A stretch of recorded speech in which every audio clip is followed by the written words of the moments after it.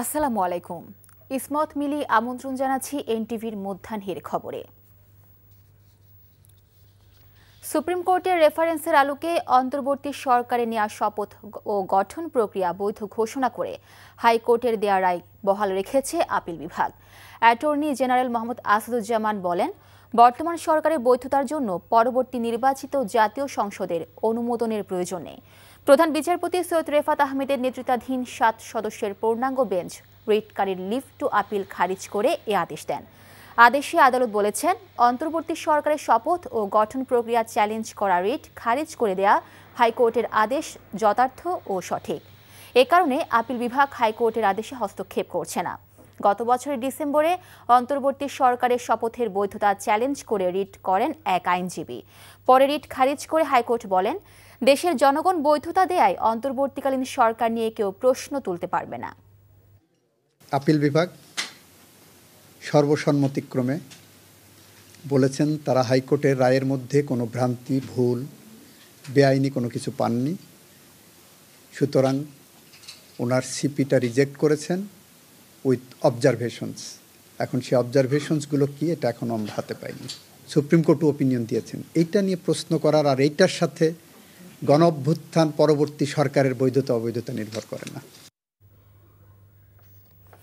এই বিষয়ে আরও জানতে যাচ্ছি সুপ্রিম কোর্ট এলাকায়, সেখানে আছেন সহকর্মী হাসান জাবেদ।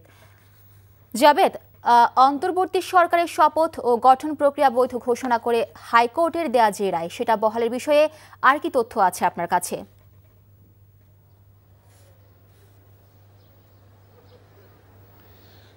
মিলি, আমি প্রথমে যে জিনিসটা বলতে চাচ্ছি, এই যে অন্তর্বর্তী সরকারের যে বৈধতা, তাদের গঠন এবং শপথের, এটা কেন আসলো, কিভাবে আসলো?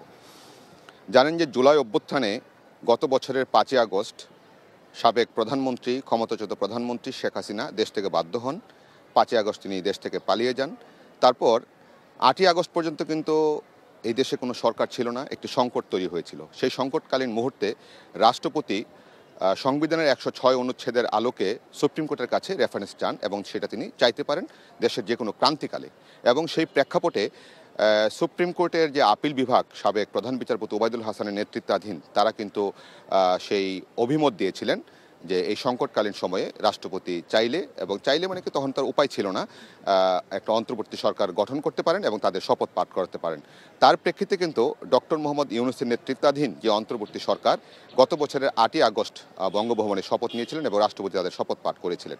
তারপর ডিসেম্বরে এসে সুপ্রিম কোর্টের একজন আইনজীবী, সিনিয়র আইনজীবী মহসিন রশিদ, তিনি সে শপথের বৈধতা নিয়ে প্রশ্ন তোলেন এবং হাইকোর্টে রিট করেন। রিট করলে হাইকোর্ট শুনানি শেষে রিটটি খারিজ করে দেন এবং বলেছেন যে জনগণের অভিপ্রায়ে যে এই সরকারটি গঠিত হয়েছে এবং শপথ নিয়েছে সেটি সঠিক। তারপর তিনি এই রায়ের আদেশের বিরুদ্ধে, হাইকোর্টের রায়ের বিরুদ্ধে সুপ্রিম কোর্টে লিভ টু আপিল করেন, অর্থাৎ আপিলের অনুমতি চান। কিন্তু আজকে কিন্তু আপিলের অনুমতি দেননি, অর্থাৎ ওনার লিভ টু আপিলটি খারিজ করে দেন। এবং সুপ্রিম কোর্ট স্পষ্ট বলেছেন, প্রধান বিচারপতি ডক্টর সৈয়দ রেফাত আহমেদের নেতৃত্বাধীন ৭ সদস্যের যে বেঞ্চ, যে হাইকোর্টের যে রায়টি ছিল যথার্থ ছিল, সঠিক ছিল, সেজন্য আমরা এখানে কোনো কিছু আর বলছি না, সেটাই সঠিক ছিল, এই বলে তার রিটটি খারিজ করে দেন। এর অর্থ হলো, যেই ১০৬ অনুচ্ছেদের আলোকে যেই সরকারটি গঠিত হয়েছে, যেই তাদেরকে যে শপথ পড়ানো হয়েছিল, সেটা বৈধ ছিল এবং এটাই আজকে প্রমাণ হলো। এবং এই বৈধতার জন্য পরবর্তী জাতীয় সংসদে এটার বৈধতা দেওয়ার জন্য সংসদে পাশ করতে হবে এমনটি নয়, সেটাও কিন্তু বলেছেন অ্যাটর্নি জেনারেল। তবে মহসিন রশিদ যে প্রশ্নটি করেছিলেন, তার যে অভিমত, তিনি বলেছিলেন যে ওই সময় কিন্তু সুপ্রিম কোর্টের আপিল বিভাগ বসেননি, কারণ যে একটা পরিস্থিতি ছিল, বিচারপতিরা সেখানে ছিলেন না এবং অ্যাটর্নি জেনারেলও ছিলেন না, তাহলে কিভাবে এই ঘটনা ঘটলো, সেই প্রশ্ন তিনি রেখেছিলেন। যাই হোক, তার সেই প্রশ্নগুলি কিন্তু তাহলে আপিল বিভাগ আর টিকলো না। এইভাবে কিন্তু আজকে আপিল বিভাগ তার রায়টি দিয়েছেন। অপরদিকে আজকে আরেকটি ঘটনা বলতে চাই। জানেন যে চট্টগ্রাম বন্দরের নিউমোরিং কন্টেনার টার্মিনালটি বিদেশিদের কাছে, মানে তার হ্যান্ডলিংয়ের জন্য যে প্রক্রিয়া চলছে, তাদেরকে যে লিজ দেওয়ার যে প্রক্রিয়াটি চলছে, সেই প্রক্রিয়ার বিরুদ্ধে হাইকোর্টে রিট করেছিলেন। সেই রিটের আজকে শুনানি হয়েছে এবং শুনানি শেষে হাইকোর্ট দ্বিধা বিভক্ত রায় দিয়েছেন। অর্থাৎ একজন বিচারপতি বলেছিলেন যে প্রক্রিয়াটি চলছে, সেই প্রক্রিয়াটি সঠিক, আর অপর বিচারপতি বলছেন যে না, এই প্রক্রিয়াটি সঠিক হয়নি, কারণ এখানে প্রতিযোগিতা হয়নি, প্রতিযোগিতার মাধ্যমে দিতে হবে। এখন যেটা হবে যে প্রধান বিচারপতির কাছে এই রায়টি যাবে, তারপর প্রধান বিচারপতি আরেকটি বেঞ্চ নির্ধারণ করে দিবেন হাইকোর্টের। সেই বেঞ্চে নির্ধারিত হবে যে নিউমোরিং কন্টেনার টার্মিনালটি আসলে কি প্রক্রিয়ায় এই সরকার কাজ করবে। মিলি। দর্শক, জানছিলাম সুপ্রিম কোর্ট এলাকার খবর। বেগম খালেদা জিয়ার স্বাস্থ্যের আরও খবর জানাতে রাজধানীর এভারকেয়ার হাসপাতালের সামনে থেকে সরাসরি যোগ দিচ্ছেন সহকর্মী ইফতেখার রেজা। ইফতেখার, খালেদা জিয়ার শারীরিক অবস্থা নিয়ে নতুন আর কি তথ্য আছে আপনার কাছে, এবং আর উপস্থিত নেতাকর্মীদের প্রতিক্রিয়া কেমন দেখছেন?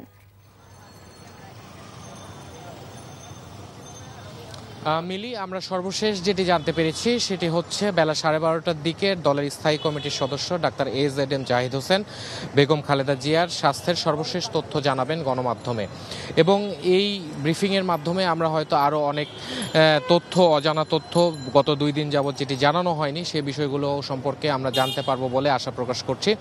এবং দলীয় নেতাকর্মী যারা এসেছেন, বেলা বাড়ার সাথে সাথে তাদের ভিড় বাড়তে আছে বা বাড়ছে।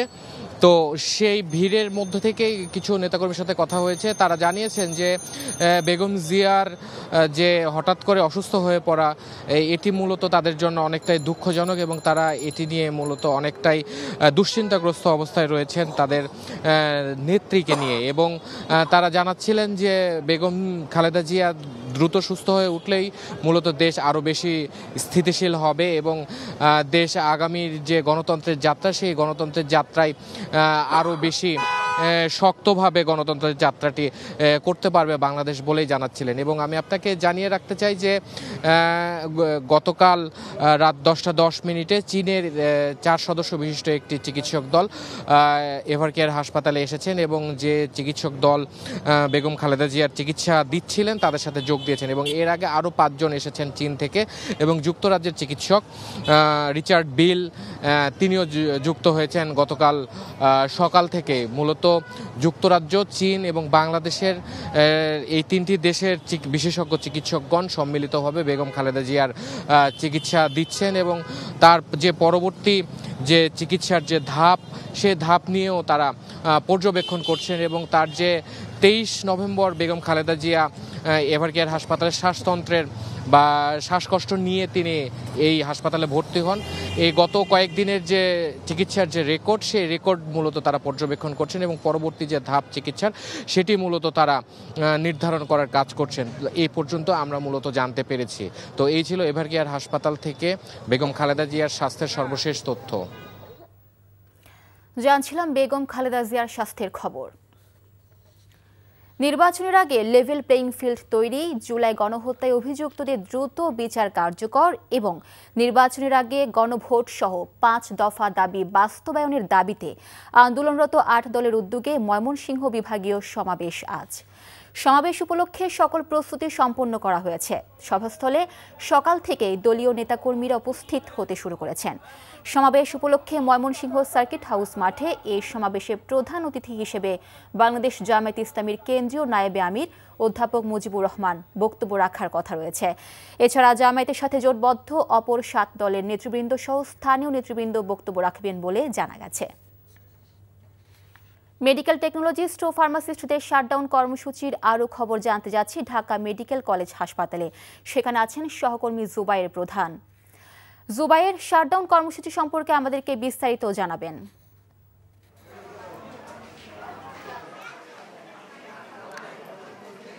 মিলি, 10ম গ্রেড বাস্তবায়নের দাবিতে মেডিকেল টেকনোলজিস্ট এবং ফার্মাসিস্ট যারা রয়েছেন তারা টানা দ্বিতীয় দিনের মতো কিন্তু তাদের যে কর্মবিরতি, অর্ধবেলা কর্মবিরতি আজকে তারা পালন করেছেন। ঢাকা মেডিকেল কলেজ, মুগদা হাসপাতালে তাদের কর্মবিরতি দেখছে, এবং ঢাকার বেশ কিছু হাসপাতালে তাদের এই কর্মবিরতি তারা করেছেন। একই সাথে এই কর্মবিরতির ফলে যেই ভোগান্তির যে জায়গাটা তৈরি হয়েছে, সকাল থেকে এখানে ঢাকা মেডিকেল কলেজে কোনো এক্স-রে, MRI এবং রেডিওথেরাপি, ফিজিওথেরাপি এই ধরনের কোনো পরীক্ষা কার্যক্রম কিন্তু হয়নি। একই সাথে বহির্বিভাগের যে ঔষধ সরবরাহের যে কাজ সেটিও কিন্তু বন্ধ ছিল। আমরা দেখেছি এখানে যারা রোগী রয়েছেন দেশের বিভিন্ন জায়গা থেকে তারা এখানে এসেছেন, এবং জামালপুর, শরীয়তপুর সহ যে সকল জায়গা থেকে রোগীরা এসে তারা অভিযোগ করছেন যে দীর্ঘ একটা সময় ধরে তারা কিন্তু এখানে তারা ছিলেন, এবং ওষুধ না পেয়ে তাদের যে ক্ষোভের যে বিষয়টি সেই ক্ষোভ কিন্তু তারা প্রকাশ করেছেন।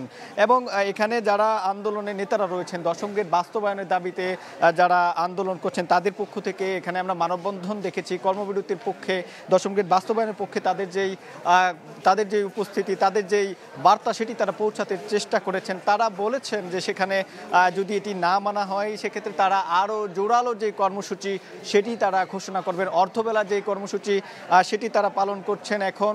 এর আগে তারা 30 তারিখ 9টা থেকে 11টা 2 ঘন্টার যেই কর্মসূচি কর্মবিরতি সেটি তারা পালন করেছিলেন এবং তারা বলছেন যে এই দাবিগুলো যত দ্রুত মেনে নেওয়া হবে ততই আসলে রোগী যারা রয়েছেন তাদের ভোগান্তির জায়গাটা অনেক বেশি কমে আসবে। আর যদি দাবিগুলো না মানা হয় সেক্ষেত্রে তারা কমপ্লিট শাটডাউনের যে ঘোষণা সেটি তারা করে যাবেন, এরকমটি কিন্তু আন্দোলনের নেতারা বলেছেন। একই সাথে জানিয়ে রাখি যে তাদের পক্ষ থেকে বলা হচ্ছে যে ডিপ্লোমা যে নার্স রয়েছে এবং ডিপ্লোমা ইঞ্জিনিয়ার যারা রয়েছে তাদেরকে 11তম গ্রেড থেকে 10ম গ্রেডে তাদেরকে কিন্তু উন্নীত করা হয়েছে। তারাও একই সাথে বলছেন তাদের একদম শুরুর পর্যায় থেকে এখন পর্যন্ত তাদের গ্রেড কিন্তু উন্নত করা হয়নি। সেই 11তম গ্রেডেই তারা কিন্তু রয়েছেন এবং তারা 10ম গ্রেড বাস্তবায়নের দাবি কিন্তু জোরালোভাবে তারা কিন্তু জানাচ্ছেন। একই সাথে কমপ্লিট শাটডাউনের যে ঘোষণা সেটি কিন্তু তারা জানাবেন যদি দাবি না মানা হয়। তো মিলি, ঢাকা মেডিকেল কলেজ থেকে এই ছিল আমার কাছে সবশেষ। দর্শক, আমরা জানছিলাম মেডিকেল টেকনোলজিস্ট ও ফার্মাসিস্টদের কর্মসূচির খবর। চলতি বছরের শেষ নাগাদ মূল্যস্ফীতি 5% নিচে নামিয়ে আনা সম্ভব হবে বলে আশা করেছেন বাংলাদেশ ব্যাংকের governor Ahsan H Mansur. Policy রেটটা ইনফ্লেশন রেটের চাইতে 2.5 থেকে 3% বেশি হয়।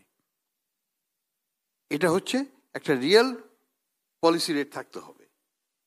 Policy rate should not be negative in real terms. Main ইনফ্লেশনটা হচ্ছে 8.2। তো এখন 8.2, এটা যদি 7-এর নিচে চলে যায় আমি কিন্তু অটোমেটিক্যালি পলিসি রেটটাকে অ্যাডজাস্ট করে ফেলবো। আমাদের হচ্ছে policy statement is very clear.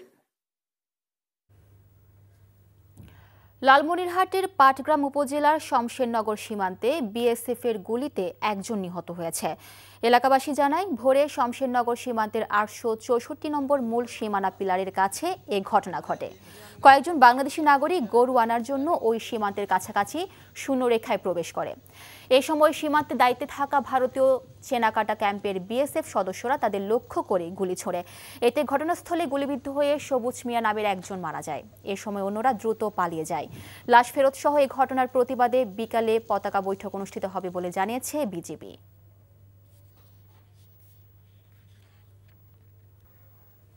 এ ছিল মধ্যাহ্নের খবরে।